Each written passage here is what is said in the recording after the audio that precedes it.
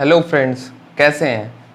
हमने last video में देखा था अर्थमेटिक प्रोग्रेशन के बेसिक्स, उसके बारे में हमने जाना था। और सीक्वेंस उससे पहले वाली वीडियो में देखा था, है ना। सीक्वेंस का मीनिंग जाना था हमने कि कैसे मतलब सीक्वेंस हमारा रूल होता है किसी सीक्वेंस का। फिर हमने उसकी हेल्प से अर्थमेटिक प्रोग्रेशन के बारे में हमने जाना था, उसके पूरे बेसिक्स देखे थे। इस वीडियो में हम एनसीईआरटी के जो एक्सरसाइजेस हैं वो हम यहाँ पे सॉल्व करेंगे, ठीक है। एनसीईआरटी की जो एक्सरसाइजेस हैं, जैसे कि एक्सरसाइज सबसे पहली है 5.1, उसको हम यहाँ पे सॉल्व करेंगे, ठीक है। फिर उसके आगे भी जितनी भी एक्सरसाइज हैं उसको भी हम सॉल्व करेंगे, टॉपिक्स कवर करते करते, ठीक है। तो देखिए, चलिए देखते हैं, पहला क्वेश्चन देखते हैं। पहला क्वेश्चन एनसीईआरटी का क्या कहता है। पहला क्वेश्चन है, in which of the following situations. हमारे पास यहाँ पे कुछ सिचुएशंस गिवन है, 1 2 3 4 यहाँ पे क्वेश्चन है, मतलब सिचुएशन है 4, ठीक है।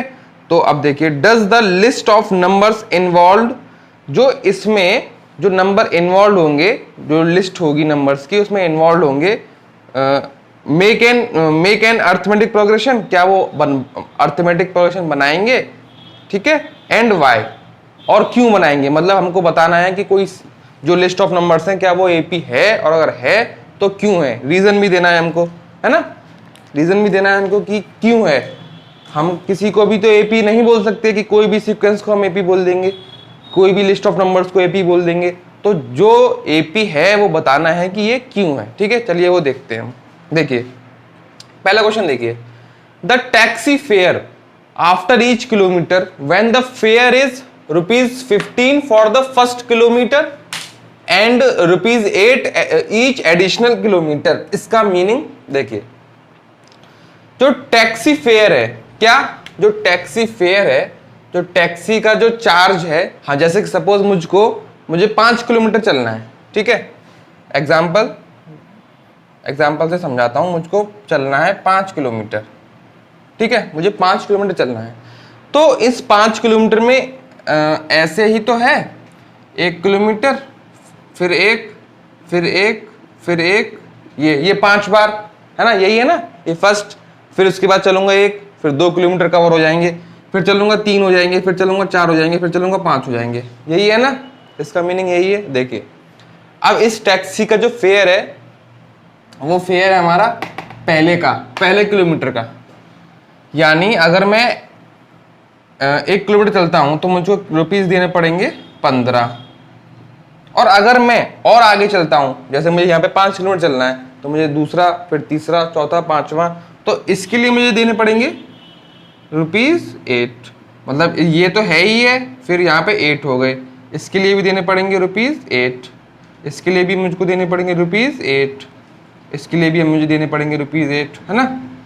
मतलब 8 उसमें ऐड होता जाएगा, है ना, ये, ठीक है। अब देखिए, ये टैक्सी का फेयर है, ये टैक्सी का फेयर को हमको लिस्ट ऑफ नंबर्स बनाने हैं। हम कैसे बनाएंगे, देखिए पहले किलोमीटर के लिए देखिए सॉल्यूशन, है ना। टैक्सी फेयर, देखिए पहले किलोमीटर के लिए कितना है, ₹15, ठीक है, ₹15। हम यहाँ पे ओनली नंबर लिखेंगे, ₹15, ठीक है ना। फिर सेकंड के लिए कितना हो गया, उसमें कितना ऐड हो गया, यहाँ पे गिवन है ना, एडिशनल किलोमीटर के लिए, यानी सेकंड के लिए 15 + 8, ठीक है, ओके। अब थर्ड के लिए इसी में, यानी इसमें हमको और एक्स्ट्रा 8 ऐड करना पड़ेगा, ये करना पड़ेगा हमको, ठीक है ना। फिर फोर्थ के लिए, ये थर्ड है, थर्ड किलोमीटर का, है ना। फोर्थ के लिए ये एक और ऐड कर दीजिए, अप टू सो ऑन, है ना, यही होगा। अब देखिए यहाँ पे ये 15, इसको यहाँ पे ऐड करिए, ये यहाँ पे इसको ऐड करिए, 31 आएगा, ठीक है ना।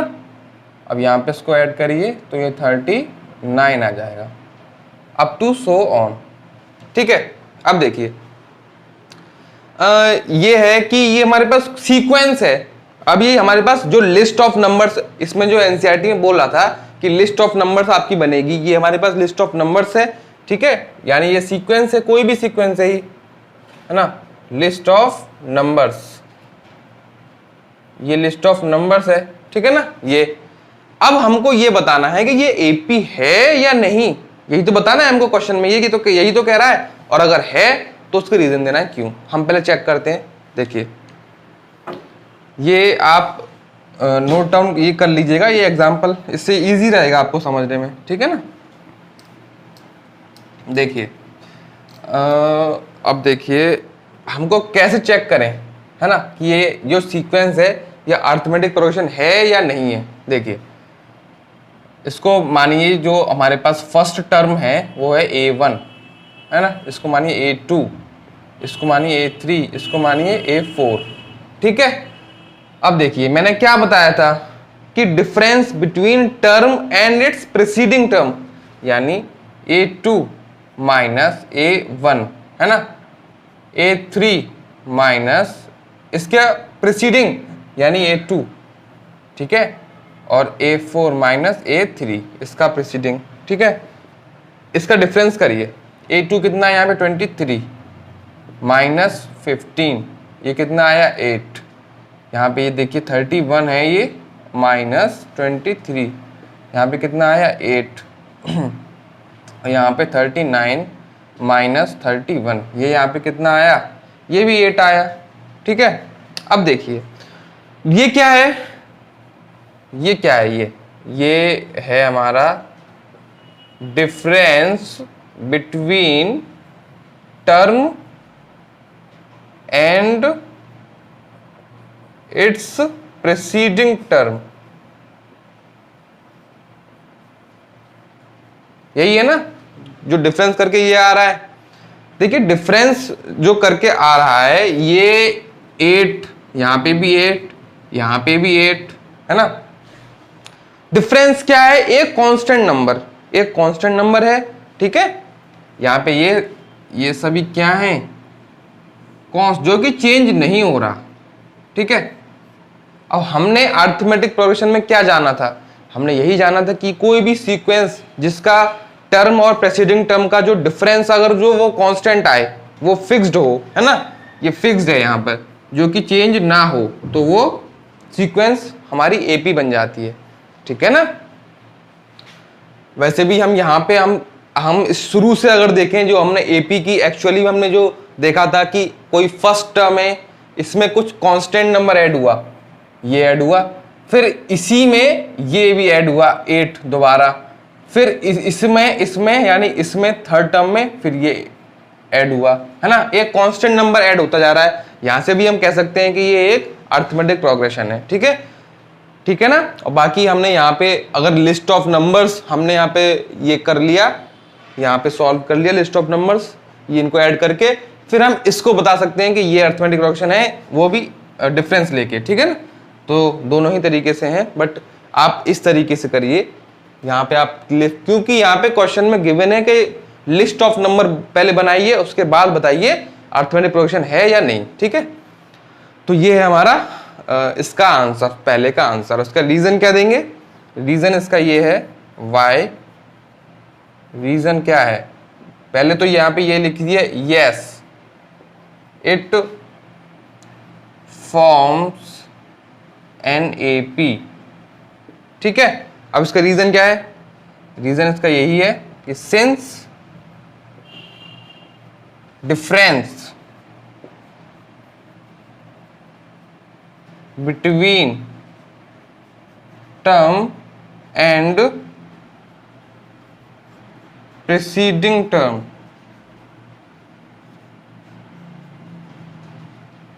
इज कांस्टेंट, ठीक है ना। डिफरेंस जो है वो कांस्टेंट है, इसलिए ये एपी है, ठीक है। ये आपका पहला क्वेश्चन का फर्स्ट पार्ट, ठीक है। चलिए आगे बढ़ते हैं, देखते हैं सेकंड पार्ट। देखिए the amount of air present in a cylinder when A vacuum pump removes ये कह रहा है कि amount of air present in a cylinder, जो भी सिलेंडर है, कोई सिलेंडर है उसके अंदर एयर कुछ प्रेजेंट है। अब ये वैक्यूम पंप क्या करेगा, उसको एयर को सक करेगा, ठीक है, अपने मतलब बाहर खींचेगा। कैसे कैसे रिमूव करेगा, 1/4 of the air remaining in the cylinder at a time. इसका मतलब देखिए, आपको ऐसे ज्यादा क्लियर होगा। देखिए ये हमारे यहाँ पे कोई सिलेंडर है, ठीक है, सपोज ये हमारा कोई सिलेंडर है, ठीक, ये हमारा सिलेंडर है कोई, ठीक है। यहाँ पे सपोज वैक्यूम पंप लगा हुआ है, ठीक है ना, इधर ये हमारा यहाँ पे वैक्यूम पंप लगा हुआ है, ठीक है, ठीक है, ये हमारा वैक्यूम पंप है।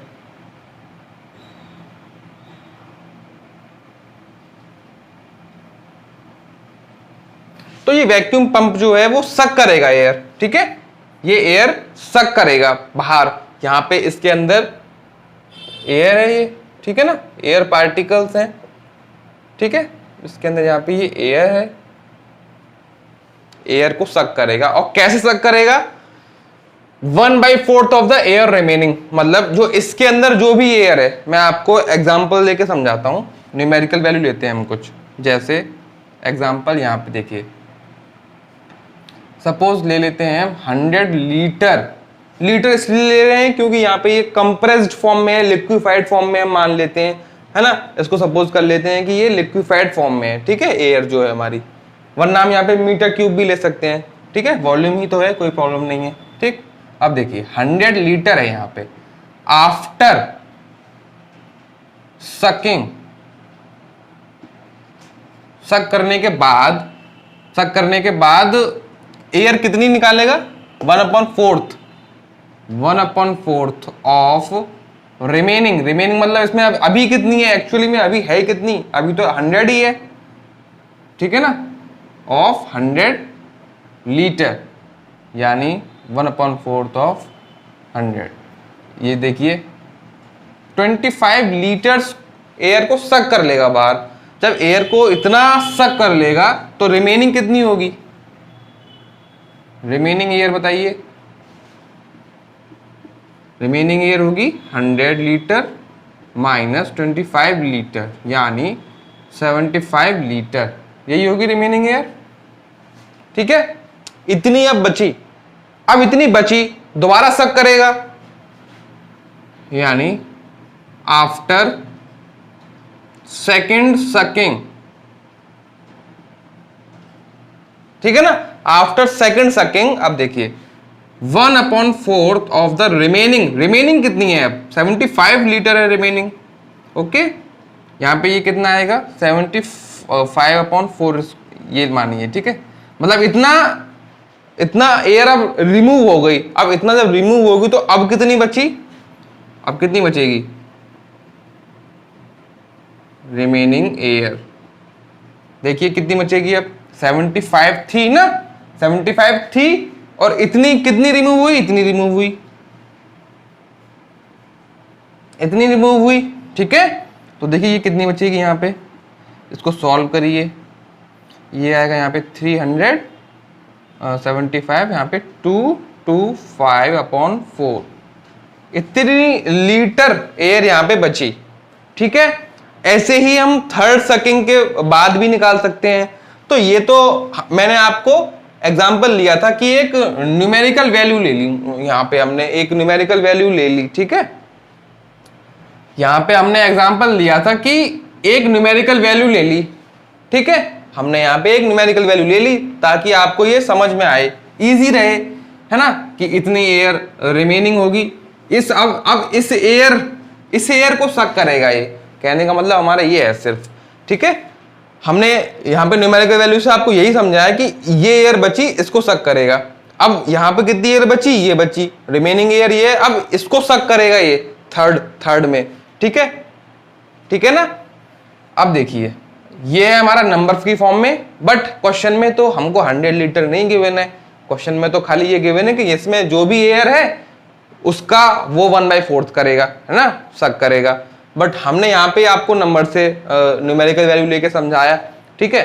तो अब हम देखते हैं इसको मोर जनरलाइज्ड फॉर्म में, मॉड्यूलर मतलब कि वेरिएबल की फॉर्म में, क्योंकि क्वेश्चन में तो यहाँ पे दे नहीं रखा ना कि आप 100 ले लीजिए या आप 10 ले लीजिए या आप 10,000 ले लीजिए, ये तो कुछ गिवन नहीं है, ये तो हमने अपने हिसाब से लिया है, ठीक है ना, सिर्फ और सिर्फ इसलिए ताकि समझ में आए ये इजी वे में। अब इसको हम देखते हैं वेरिएबल की फॉर्म में, ठीक है। देखिए, बट इसको आप नोट डाउन जरूर कर लीजिएगा, इससे आपको काफी हेल्प मिलेगी, क्योंकि हम नंबर की फॉर्म में ज्यादा इजीली समझते हैं इन कंपैरिजन टू वेरिएबल्स की फॉर्म में। अब हम देखिए वेरिएबल समझने जा रहे हैं, लेकिन अब आपको ज्यादा क्लियर होगा, ठीक है। देखिए, तो यहां पे सबसे पहले तो ये मान लीजिए कि जो भी इसके अंदर एयर है, यहां पे सॉल्यूशन, ठीक है, जो भी इसके अंदर एयर है उसको मान लीजिए let the air in cylinder be V litre, ठीक है, वी लीटर या वी मीटर क्यूब, कुछ भी ले लीजिए, ठीक है। इतनी प्रेजेंट है, ठीक है ना, late the air in the cylinder, इतनी प्रेजेंट है, ठीक है। अब क्या कह रहा है कि वैक्यूम पंप रिमूव कर रहा है, ठीक है। तो देखिए, आफ्टर सकिंग, आफ्टर सकिंग कैसे कितनी सक करेगा, 1/4 ऑफ द एयर, यानी V, है ना, इतनी एयर थी, V/4, ये इतनी लीटर सक करेगा, तो रिमेनिंग कितनी बचेगी, रिमेनिंग एयर देखिए कितनी थी ओरिजिनल, V, रिमूव कितनी हो गई, V/4। यहां से सॉल्व करिए इसको, इतने लीटर बची अब एयर, ठीक है ना, एयर अब इतने लीटर बची, ठीक है, इतनी थी, इतनी रिमूव हो गई और इतनी अब रिमेनिंग है। अब हमारा देखिए, जब एक और बार जब वैक्यूम पंप जो एक सक करेगा इसको, ठीक है, देखिए आफ्टर सेकंड सकिंग,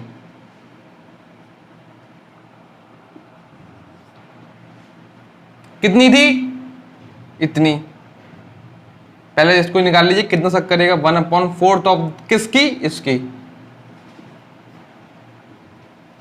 3V/16, ठीक है। और रिमेनिंग एयर कितनी बची, एयर इतनी थी, इतनी सक कर ली,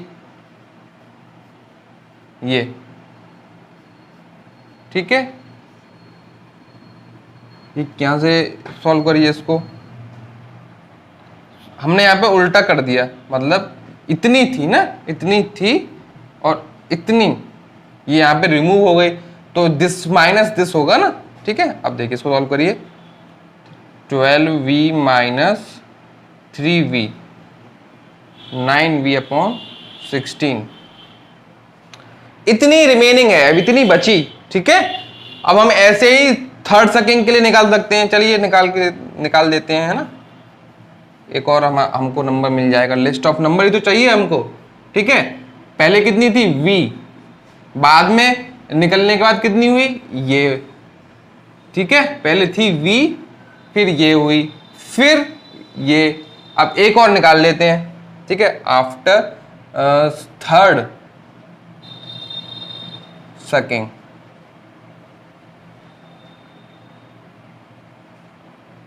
वन अपॉन फोर्थ कितनी थी, इतनी रिमेनिंग थी,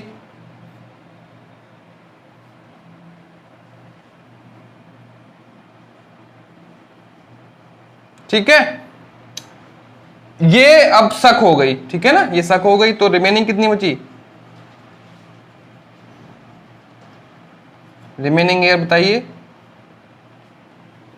इतनी थी और इसको माइनस कर दीजिए, 9V/16 माइनस 9V/64, ठीक है,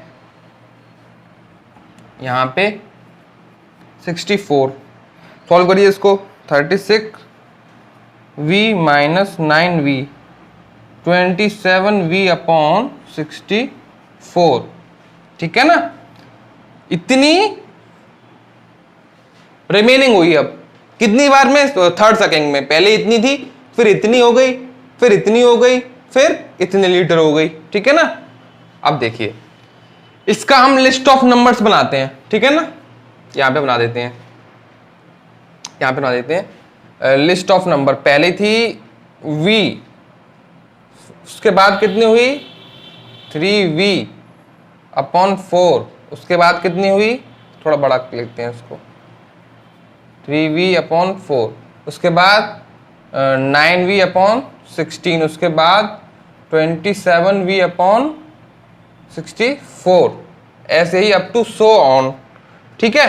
अब ये क्वेश्चन में जैसा कि हम हर बार करते हैं, पिछली बार किया था हमने कि हमको ये बतानी है ये लिस्ट ऑफ नंबर्स बन गए, इसको बताना है कि AP है या नहीं। कैसे करेंगे? वही A2 माइनस A1, ठीक है। इसको सपोज करिए A1, इसको A2, इसको A3, इसको A4, ठीक है, A4।